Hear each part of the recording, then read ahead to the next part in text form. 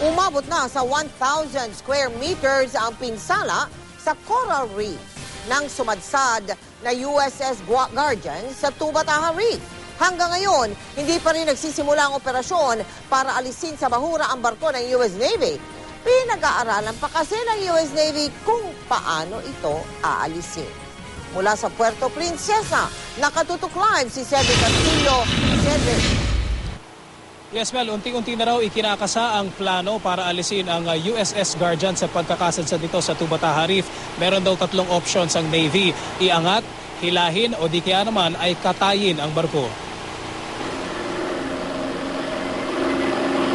Umaga ng January 17, makikita sa eksklusibong video na ito na nakuha ng GMA News ang Philippine Navy na unang rumisponde matapos sumadsad ang USS Guardian sa Tubataha Reef.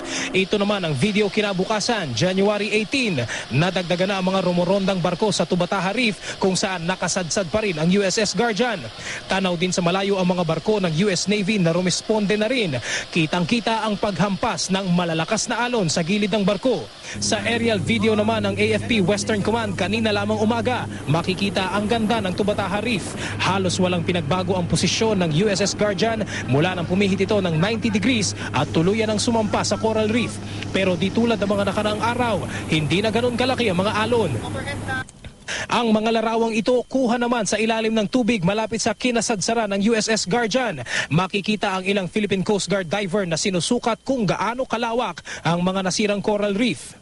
Sa sariling assessment ng Coast Guard, umabot na raw sa 1,000 metro kwadrado ang pinsalang tinamo ng coral reef. 3 options daw ang pinag-aaralan ng US Navy sa pagsasalvage sa kanilang barko.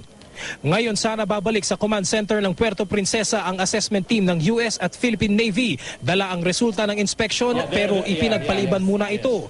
Ayon sa Task Force Tubataha, hindi pa rin tiyak kung kailan sisimulan ang salvage operations. The US Navy side is refining its salvage plans. No, they're doing some preparations for USS Guardian in terms of defueling and getting rid of some other materials inside the ship. May 3 options. Una, ang sea lift o pag-angat sa barko gamit ang isang crane. Inaalam din kung pwedeng hilahin ito nang hindi makakadagdag pinsala o kaya'y katayin na lamang ang barko habang nakasampa pa sa coral reef. Kung ano man ang piliin nila, kung ano man ang gawin nila, ang bottom line is hindi na makasira dun sa coral reef.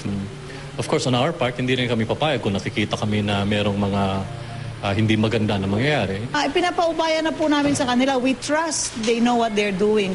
Sa kanyang Twitter account, humingi naman ng paumanhin si US Embassy Deputy Chief of Mission Brian Goldbeck sa nangyaring insidente sa Tubataha Reef. Mel, kung matutuloy bukas ang pagbalik ng assessment team papunta dito sa may command center sa Puerto Princesa, ay bit-bit na raw nito yung report na nakabase dun sa initial inspection. Posible raw na lamanan ng report na ito ang recommendations kung paano effective na may aalis ang USS Guardian sa pagkakabahura nito sa Tubataha Reef. Mel? Maraming salamat sa iyo, Cedric Castillo.